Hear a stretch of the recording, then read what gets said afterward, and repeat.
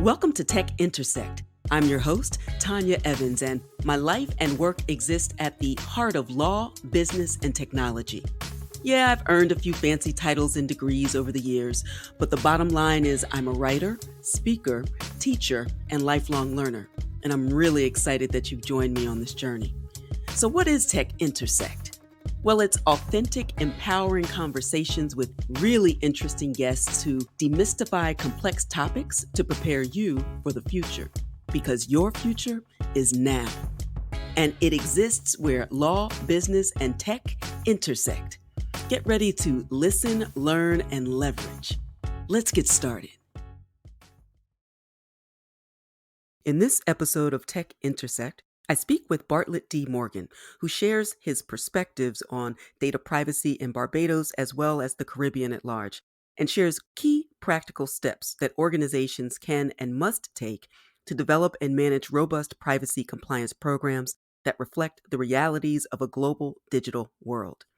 We also talk more generally about ways for individuals to remain safer when communicating and transacting online. And this includes ways to protect your devices and safeguard your data.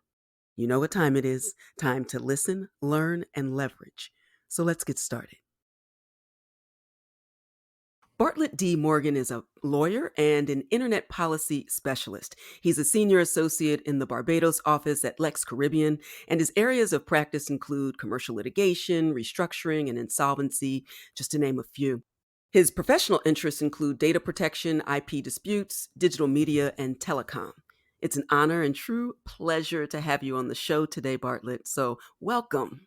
Oh, thank you very much, Tanya. It's really a pleasure for me to be here. Excellent. I'm so glad that our Twitter lives connected in an amazing way. And we are now not exactly in real life, but more real life than Twitter real Yes, life. So absolutely. I'm I Absolutely. followed your work and I'm really excited to learn more from you and more about all the exciting and innovative things in data privacy and protection going on in the Caribbean at large, but in Barbados in particular. And where I want to start is, and I ask this of all of my guests in various ways, about your origin story. So, your Yes. background is really interesting. I've read up, but I want you to share that with the listeners for your background, your expertise, and I think we can both agree your very healthy obsession with data privacy. So, talk to me Just a little about bit. that. How Just a little bit. did So talk to me. What's your origin story? So, I mean, professionally, I'm actually from Jamaica. I live in Barbados now, but I'm from Jamaica, which is like halfway across the Caribbean. And while there, my first professional life had nothing to do with law. I was actually in information technology, Mm, in particular IT in higher education. I worked at a university, and so that always sort of sort of fostered my own interest in technology and applying technology to solve problems, that kind of a thing. And right. so eventually I realized that I love technology, but my real interest was from the perspective of policy Hmm. and shaping the laws and the framework in which you apply the technology. And so I went off to law school to study law. And after studying law, I landed at Lex Caribbean, which is where I am now. It's a regional law firm in their Barbados office. And so jumped up, moved countries. And so as a professional, I've always wanted to find ways to sort of connect my different interests, technology with law and policy.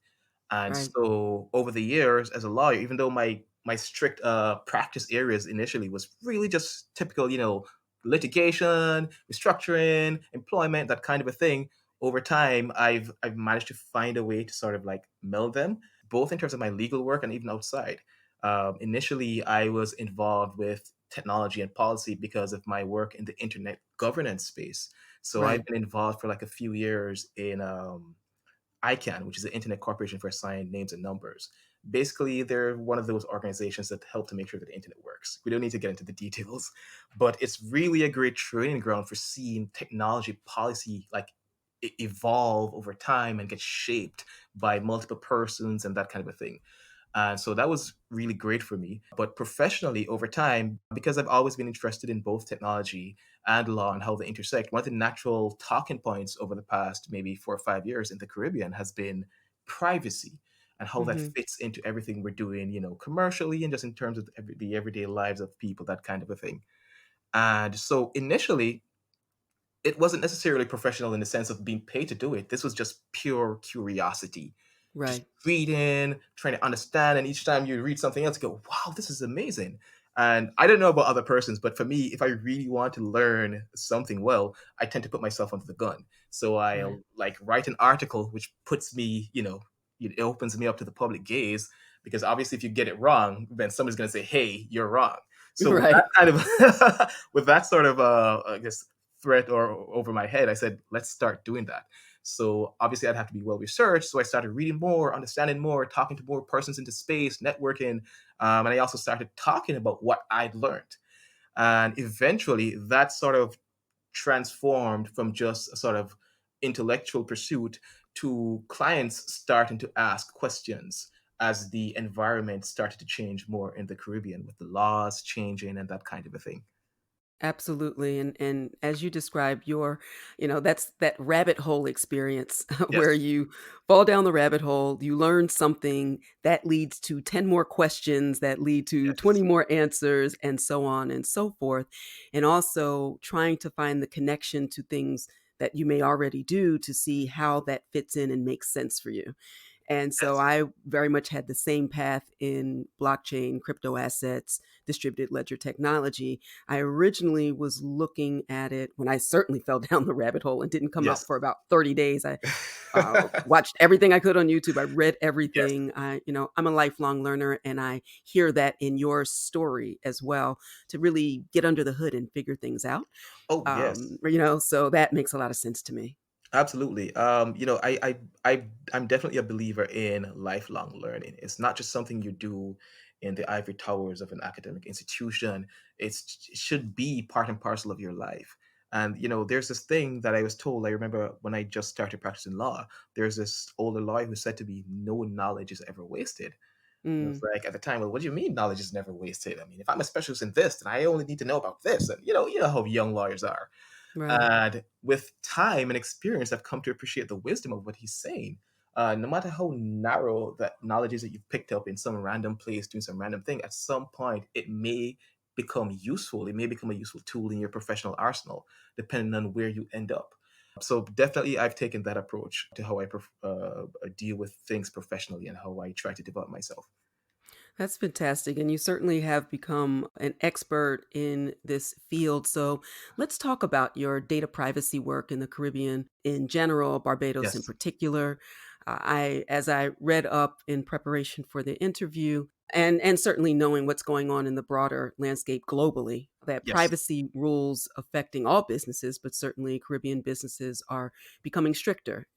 Yes. And in some sense, legislators and regulators may be facing the headwinds of regulations in other places when we have GDPR and Oh, yes. GDRP, excuse me, and some of the other things going on, which led to, or maybe you'll tell us, the origin of the Barbados Data Protection Act Yes. and how that came to be and why. So talk to us about those key initiatives, and then we'll get Yes. to some other practical steps a bit Yes, later. sure. So like there are a number of things going on in the Caribbean space. So like just to like lay, I'd say the framework or the lay of the land in maybe 11 years ago, of all the countries in the Caribbean, and depending on how you define Caribbean, because the definition varies. Are Right. you talking English speaking? Are we talking CARICOM, CARIFORUM? All Mm, these things have different definitions. But in the main, prior to maybe 10 years ago, only perhaps two countries of potentially 20 plus countries had actual meaningful data privacy laws. mm, This is like the Bahamas and St. Vincent. Way back like in the early 2000s, they both passed privacy laws. And it was just like absolute silence in the region for years. But then in the past 10 years or so, a number of jurisdictions have just been passing laws mm. left, right, and center. Trinidad, Barbados recently, St. Lucia, Antigua, and Jamaica's about to pass, Suriname is looking to pass. A number of jurisdictions have been passing laws. The Dominican Republic, you name it. And so there's almost been almost something of an awakening. And it's come more or less from I'd say external and internal sort of push factors. So externally, lots of the Caribbean jurisdictions are party to this trade arrangement with Europe. It's called the EPA, and that means the Economic Partnership Agreement. And one of the Mm-hmm. terms of that agreement was that essentially all the parties had to sign on to or agree to pass privacy laws in their different jurisdictions in the Caribbean. And so this was something they agreed to. They had a certain time frame within which they had to do it. And so, in order to be in compliance, lots of jurisdictions started passing laws. That was one of the reasons. But I I think see. just even outside of that, I think many jurisdictions, the governments have sort of become aware of the reality that they have their own digital agendas for their countries. Because I think it's fairly clear to everyone now that unless your development agenda includes an element of the digital and transitioning services and so on online and getting your people online and being fully equipped to live full lives with a digital extension at the very least, then you're pretty much failing the people you serve. And so I think even within the jurisdictions themselves, there has been a recognition that they need to have a framework in place for allowing persons and businesses and processes to transition online. And a big part of that framework is privacy. And again, forgive me for being perhaps a bit academic, but the reality is there's this kind of like almost formula, which is privacy, and a privacy framework tends to lead to trust. Mm-hmm. On a number of levels. Trust in the sense that, well, if something goes wrong, there's some kind of recourse. If you take my personal data and you breach it, there's some kind of recourse. That kind of a thing is important. In addition to that, there's trust in that, well, if you're putting in all this effort into securing my data, then I trust your product and I'll want to engage with your product, whatever that product Right. is, your app, your cool new website, whatever it is. I'm more likely to want to engage with it if you have built privacy into that product offering. And so all these factors have been, I think, impacting the kind of landscape we have now in the Caribbean. And you could even zone in perhaps on Barbados, where we've recently passed an act, and it is on the face of it, it's very similar Mm-hmm. to what you'd see in the GDPR out of the European Union in terms of a lot of the rights and the time frames and the processes involved. It's very, very similar. And I think that speaks to sort of a general just awareness of best practices in other Right. jurisdictions. And the truth is the Europeans, they are sort of like the trailblazers for privacy and raising, I think, the importance of privacy in all aspects of our lives. They've had something of a, you could say, almost a healthy obsession for many decades, given their unique history and so on.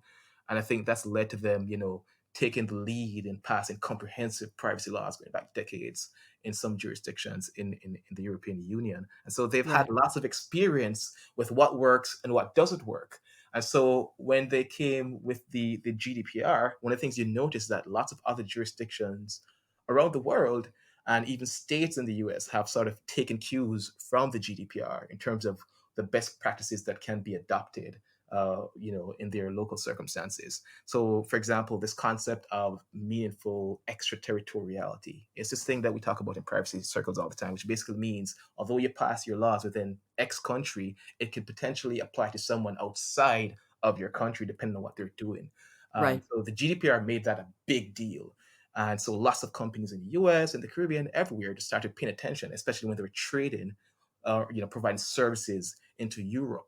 And so we've seen adoption of features like that in the Barbados Act and lots of other things like short time frame for breach notification, which is basically you're running a business, something has gone wrong with the data, there's been a breach of some sort or the other, and you now have a time frame within which you have to tell the regulator that something has gone wrong, and this is like Right. 3 days we're talking, which is really sharp, which tells you how seriously they're taking the issue of privacy and protecting it and limiting negative fallouts from data breaches, that kind of a thing. And so, what you'll notice with the Barbados Act is actually a wider trend in the entire Caribbean, which is the more recent acts are very much similar to the GDPR. They're similar to the stuff you'd see in the CCPA out of California, that kind of a thing. And so that's pretty much how we've, I'd say, gotten here in terms of the kind of legislation you're seeing in the jurisdictions now? Hmm. Yes. That's fantastic. And it also speaks to this idea of governments moving to smart status. And I Yes. know that you Yes. recently wrote about this transition. I know Uh-huh. that you had a great deal to do with marking up the bill that is now an act. Yes. And in some of your writings recently, you explained that Barbados is moving to advance a digital development agenda, Yes. right? And that this is an integral part and parcel of that. And central to this effort is, you may have mentioned a bit ago, is this idea of an appropriate consumer protection framework. And this Yes. is an essential part of that. This might be the backbone if we're really talking Yes. about a framework, right? So Yes. the passage of the comprehensive data protection legislation that is critical to that effort. But talk to the Yes. listeners a bit more about what that means. You've touched on some of that, but also why Barbados in particular is so invested in this transition. So here's what I'd say. I a few, let's say a year and a half ago, their national elections and a new government came into power. And one of the first things they did was to announce a specialized ministry. And one of the things that the specialized ministry would deal with was not just technology, but smart technology. Like that's literally a part of the name, which tells you everything about the agenda and the direction that the Barbados government is going in right now. And I think that is in large part in cognizance of the reality of certainly small island developing states, and the reality that we don't have huge resources to throw around to fit different changes in the global economy and so on. And so we don't necessarily have lots of raw materials that we could trade and export and that kind of a thing. And so a lot of our value is in services. This is 2020. Most services are being delivered or mediated digitally. And Right, so it made absolute sense that in that context that you'd want to pass legislation that kind of lays down that sort of framework to allow people, to allow businesses to more comfortably go about this thing which is necessary, which is getting your people online, but in a safe way, uh, and in a way where people feel vested and comfortable in changing their practices from doing everything manually to doing it digitally. And right, yeah, the reality is, I mean, we need the internet and modern technologies for a number of things: education, connecting with family and friends, accessing meaningful resources. And so, if you've managed to lay a meaningful framework wherein people feel comfortable doing those things, then half of the battle is won in terms of transitioning your people online. So I think that was, I think, really phenomenal that they've taken this sort of approach to ensure that the overall framework, the consumer framework, is adapted to the digital age. And so you'll see that reflected in the legislation, the privacy legislation, even the generic, consumer rights legislation that's already in place. It's sort of, it's more or less, I'd say, technology agnostic. And so even though it's not necessarily written specifically for the internet, it's so broad and so crafted that it comfortably covers a lot of situations that consumers will find themselves in when you're doing business online, you're buying stuff online, that kind of a thing. right. Well, let's talk about that some more because that leads to a discussion around data extraction and collection by private companies, certainly by governments, and of course, the bad actors Yes. of the world as well. And that's, that data extraction and collection is a primary focus given the value that we all speak about of Mhm. data, of course, being the new oil, as it were. You Yes. said there are so many areas and places and countries that don't actively manufacture things, as you mentioned. We're focused very much on services and services that are driven and implemented online. And Yes. and that's certainly having an impact on an individual's ability to navigate and avoid, mitigate the biggest dangers and challenges when interacting and transacting on the internet. So let's talk about something that you recently shared as well. And I love this very much. I will drop this in the show notes. It was a 2020 privacy checkup. Yes. And we've got to some key areas of 4 recommendations. I'll list them and we can unpack them a little bit together. But the 4 recommendations of being safer. I don't know that you could ever be truly safe, but certainly be proactive in terms of being safer as a consumer. So the 4 steps that were mentioned: get a password manager, do a cleanup of online accounts, don't use the public internet without a VPN, and I certainly swear by that. And particularly as much as I travel, but you don't have to travel far for that to be an issue. And then avoid most IoT or Internet of Things devices. I just had a very good discussion about that with Alan Silberberg, who's a Yes. cybersecurity expert. I'll drop a link to that episode in the show notes as well. But let's talk about that. Password managers, cleanup of online accounts, VPNs, and stay Yes. away from the IoT. Alexa, don't listen anymore. Turn yourself off and go out of this house. I don't want to ring. I don't want anything. I want everything out of this house. So talk to me. Absolutely. So I mean, let's face it, privacy has to be practical first of all. It has to be a practical thing before anything else. And I think in that way, you have to take practical steps to actually secure your privacy. This isn't just about, government passing legislation. I mean, so what if your government passes some laws that says, okay, well, your data should be protected. Just because it should be doesn't mean that it is. And Right. it also doesn't divorce you from your responsibilities to do your part to protect your data. So in the main, this whole idea of a password manager, I think it really just falls in line with the reality of the world we live in 2020 going forward. Much more of what we do in our lives every day is mediated by the internet, and Right. by digital devices and services. And naturally, most persons will know as a first step, provide some kind of security mechanism where you can provide credentials of some sort, maybe a password or what have you. Right. And so then you can access the services. But the reality is, with all these services and the increasing number of services that are now online, what it means is the average human being, you can't remember that stuff. And writing them down on a list somewhere that you keep by your desk is probably a really bad idea. I mean, no judgment, but it's probably not the best idea. Even though, as Right. an aside, the truth is, I think, like, if you audited most persons, the truth is most persons, even persons in the privacy space, will tell you, yeah, I've written down a password here and there on my desk from time to time. Absolutely. Right. If we're just being real here. But the truth is, there are practical ways to manage this new reality, and the password manager, I think, is one of them.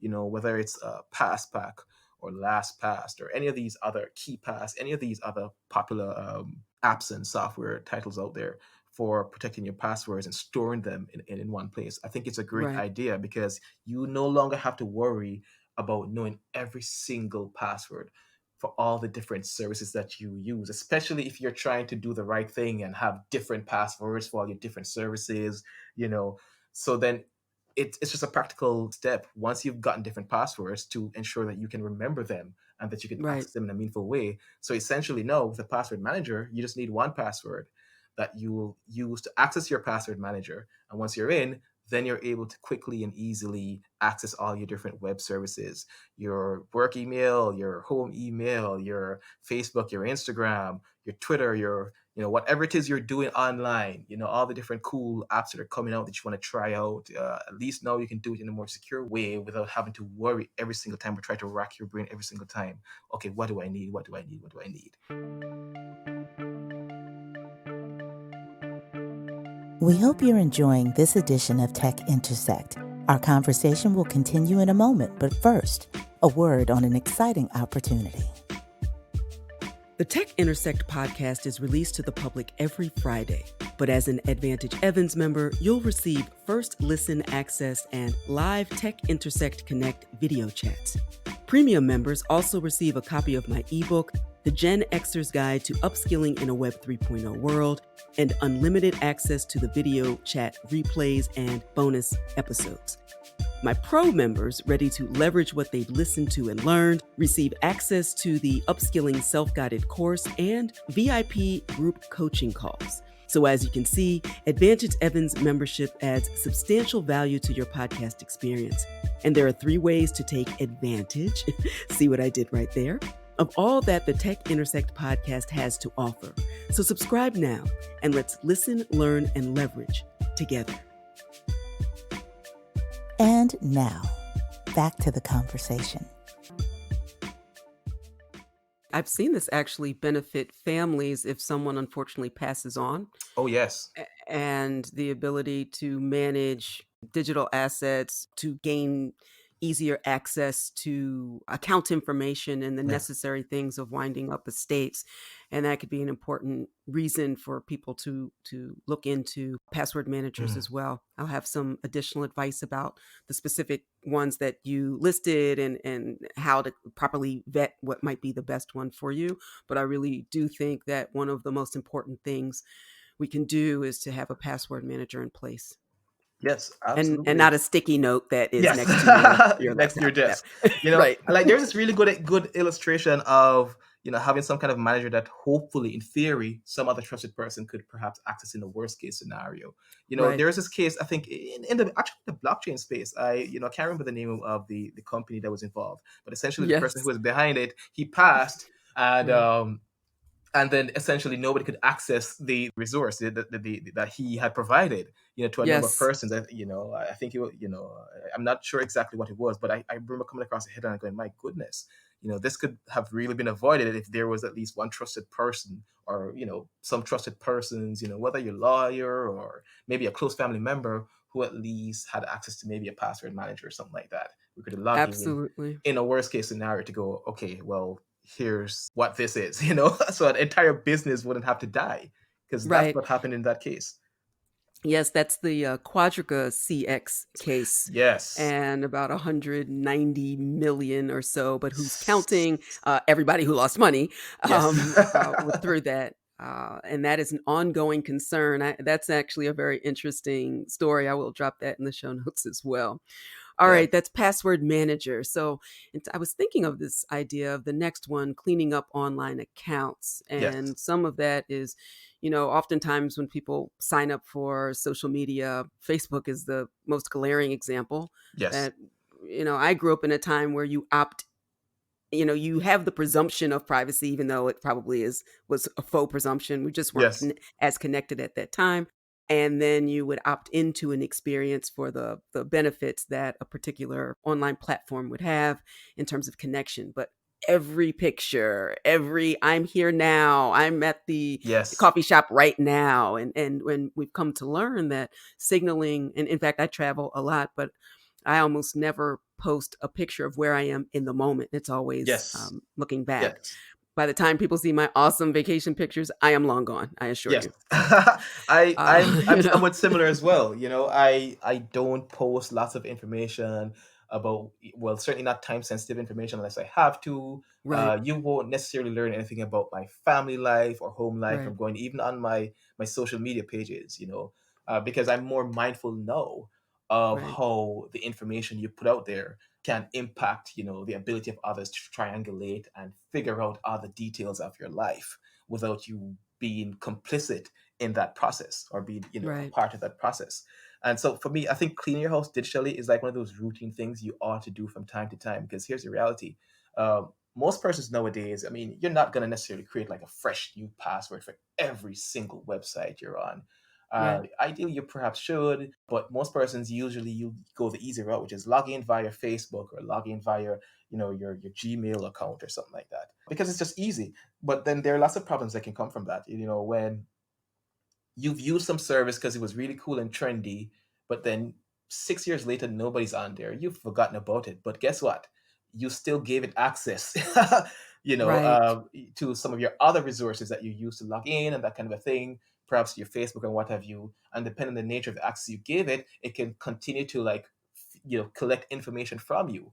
And what happens when that third party service that's no longer popular, cool, gets hacked? Then potentially that's access to some of your data there, that kind of a thing. And so it's important, I think, generally just to always do these checks to go, okay, well, what am I not using anymore? Let right, me disconnect that from my ecosystem of digital services, so to speak, so it no longer has access to these other things, which themselves may also lead to access to other digital services. You never know. And so it's absolutely. important just to do that check every now and again, fairly routinely. I mean, cleaning house digitally for me, also means things like routinely changing certain passwords. The things that, host the data that's like very fundamental to me, I try. I mean, again, we fail all the time. We're human beings. Sure. But I certainly try to, for example, change certain passwords on a routine schedule so that, even if there is some kind of a breach and someone does have access to, they've managed to, break into some website and they've managed to crack into the database and they've unhashed everything. They could see, okay, username, password. Hopefully, by the time they've got that data, I've changed my passwords already, so that information that they have on me is obsolete. It's practical stuff like that, and it even goes to like the stuff we've talked about generally, which is, I mean, in terms of your digital house, look at the information that's publicly available, because this isn't necessarily Right. about some nefarious guy in a back room hacking away and trying to crack passwords and stuff. Sometimes it's social. It's persons looking at your social media and going, you're here. Oh, well, you're not home. Right. It's really just like objectively and auditing, how you appear and the information you share about your life online, and just being mindful of that and not getting kind of sucked into this idea of wanting to share everything. I mean, transparency is great, but when done mindfully. Right. Because it can come at a cost, and Yes.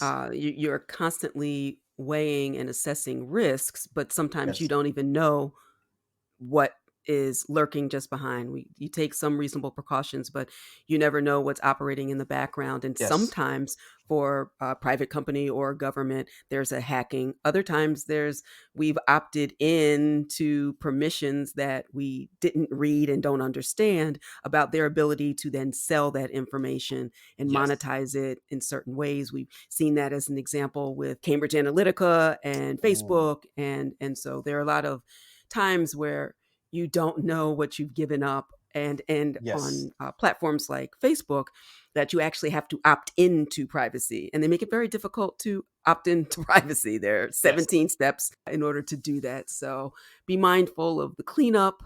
You can also, moving on to the third, never use a public internet without a VPN. So I think, again, the travel example is a good one, or the coffee shop example, of course. So Yes. in an airport or in a coffee shop or in a public space where you have public Wi-Fi, always having this virtual private network, which enables you to send and receive data while remaining anonymous and secure Yes. online. So talk about the benefits of that. Well, I mean, it's almost. I probably shouldn't say it's self-evident, because perhaps it's not to a lot of people, because a lot Right. of people don't do it. But the idea is, if you're on a public network, the kind you access, probably especially the kinds that don't require passwords and the kind of thing, you can just hop on quickly. You're in an airport, you're in a public space, a library, you name it. Then odds are the ability for bad actors to access that network and by extension pay attention and extract the data that's passing along that network, it's a lot easier potentially.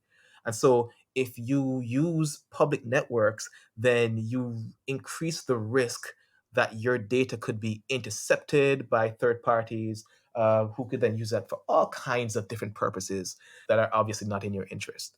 And so it makes sense to create some kind of mechanism that shields what you're doing in terms of the websites you're accessing and that kind of a thing, the emails you're checking, from unwanted third parties viewing that information. And that's what the VPNs do. The VPN is a virtual private network, and it's a really good mechanism for doing just that. Now, actually, here's where it gets really funny, because what was the other day, I was on a public network and I tried to run my VPN and it wouldn't allow Mm-hmm. my VPN to connect. Mm. So I disconnected the whole thing and said it's not worth it. So eventually I started talking to some colleagues in IT, and what they've been explaining to me is that lots of public networks now, or more and more public networks nowadays, they are actually preventing VPNs, because it now creates a situation where a bad actor may legitimately log on and then use a VPN to prevent anybody, including the person running the network, the public Wi-Fi, from seeing that they're actually trying to, funnel information, within a particular network that Mm. public Wi-Fi is associated with. and that kind of a thing. And so now it's creating a situation where persons are now preventing VPN access. So this is an interesting sort of new scenario that we haven't quite figured out. Well, what's the best way to deal with situations like that beyond simply saying, well, I'm just not going to use that particular public network that won't allow me to use a VPN right now. But it's certainly an Wow. interesting development, I think, for persons to be mindful of. Just because you've gotten a VPN and you pat yourself on your back, yes, I'm doing the privacy thing that my IT guy told me to do. That may not be enough. So you now have to be mindful of ensuring that your VPN actually does connect properly, because then otherwise, you may be running the risk of thinking you're secure and transferring Right. information securely, but you're actually not. Yes. So that's definitely an interesting one. Wow, that is a lot to unpack. So, do your homework, do your Yes. own research, as we say, to make sure that you are protected and what your options are in terms of utilizing VPNs. And Yes. finally, IoT is what I also Yes. refer to as OMG when I Yeah. think of all of the ways that we are transitioning from Web 2.0, which really allowed peer-to-peer connections and a more Yes. dynamic interaction with content. We are not just passive recipients in Web Yes. 2.0 of information, but also content creators. And, we have more of a decentralized or distributed web, not the blockchain distributed web, but certainly more distributed. And as we usher in Web 3.0 with, among other things, when I think of artificial intelligence and machine learning, certainly blockchain, Yes. one of the things that impacts people, the most, the Internet of Things, IoT, all of the devices that are smart, a word that we used earlier. We have smart lights and cameras and Yes. locks and thermostats and garage doors, speakers, God help us. Washing machines evidently want to talk to each other. They want Yes. to talk to the vacuum cleaner, and refrigerators want to talk to I don't know who, right? And of course, smart TVs and the ultimate that's not just around the corner. It's now smart cars, right? We have the Yes. Teslas of the world and everything short of that. So these devices are communicating with each other and transmitting data. They're incredibly vulnerable to attacks. And so let's spend a Yes. little time talking about IoT and avoiding them and why we might want to avoid them. So IoT devices, the reality is they are now part and parcel of the landscape that we're Right. operating in. Like you mentioned, from your refrigerator, your car, you name it, all kinds of devices in all kinds of different circumstances. Those cute little devices from Google or, Amazon that you can say, hey, what's the temperature outside or whatever, or play me some good music. They're all Right. technically IoT devices, Internet of Thing devices. And uh, and so the reality of these devices and why I think there's something of a security risk in many cases is to ensure that they work in as many different circumstances as possible. I guess sort of to almost idiot proof them, to ensure that whoever the consumer is, that their IoT device actually works. What that tends to translate to practically is that not as much security is actually baked into these products. And Mm. so, or if any at all. And so essentially you just have what amounts to an open device just sitting there on the internet. And one of the things you come to appreciate with time is that if your device is wide open, it's just a matter of time before some bad actor realizes it's there and tries to use it for some purpose beyond what it was designed to do. And a good example of that is things like, most persons have probably heard of things like a botnet attack, Right. essentially where, a bad actor has essentially quietly captured a bunch of devices and then uses all of these devices en masse to essentially send lots of traffic to a target to essentially, for example, in the usual example, shut down a website. And so unwittingly, because your device, your IoT device, has no meaningful security baked into it, it means that your device that you bought, which you think is really awesome, and it probably is now unwittingly part and parcel of that botnet. And so obviously that's a negative. But even outside of that, obviously it opens a possibility that if you have a device that's within your home that can do things like listen and transmit information from within your personal spaces, it means then that a bad actor could, for example, use that device to listen in onto your conversations, have a sense of who you are. And again, that's in and of itself is a huge security breach. And so you want to, in situations where the security framework is not as mature as yet to perhaps hold back right now, unless you've satisfied yourself that that device is fairly solid. You probably may not want to Absolutely. just jump on the hype train, which is just how things tend to work nowadays. Absolutely. And I think people rely, back to the one of the other words you mentioned and connections, this connection between privacy and trust and the goodwill that is built up in a lot of legacy companies or Yes. famous marks around the world. There's the assumption and presumption that it's coming from this corporation. It's a Yes. worldwide brand. It must be safe. And your Yes. point is, it's giving you the opportunity to connect and interact in meaningful ways without the back end support of the security that we would expect Yes. that that type of company would provide.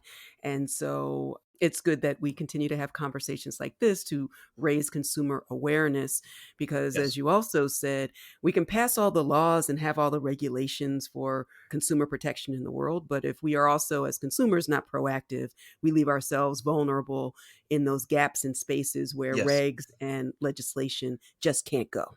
Yes. Absolutely. So we could go on all day. I just looked up and I don't want to take up any more of your valuable time. And this is an info rich and really wonderful conversation about some really important and interesting things. I Yes. want to make sure that listeners can continue to connect with you and your work. So please tell them how they can do that. Oh, so to keep up with me and what I'm thinking about, what I'm doing, you could visit my website, which is bartlettmorgan.com, BARTLETT.com, or you can find me on Twitter, which is at bartlettmorgan. Excellent. Thank you so much for the work that you are doing and for sharing your expertise in this wonderful conversation today. And I will see you on the Twitterverse. Yes, and thank you so much for having me. It's really been a pleasure being here today. Many thanks to Bartlett Morgan for sharing all of this forward thinking and important data privacy work going on in the Caribbean, Barbados in particular. Privacy rules affecting Caribbean businesses are becoming stricter and facing the headwinds of regulations, most notably the Barbados Data Protection Act. So it's really important to stay abreast of the key initiatives and the practical steps for Caribbean organizations to develop and to manage robust privacy compliance programs. And central to this effort for Barbados and all countries, really, is an appropriate consumer protection framework. And something for us all. Be sure to check out the 2020 Privacy Checkup and follow the 4 recommendations ASAPidly, like right now, like ahorita. Get a password manager. Clean up your online accounts. Don't use public internet without a VPN, like ever.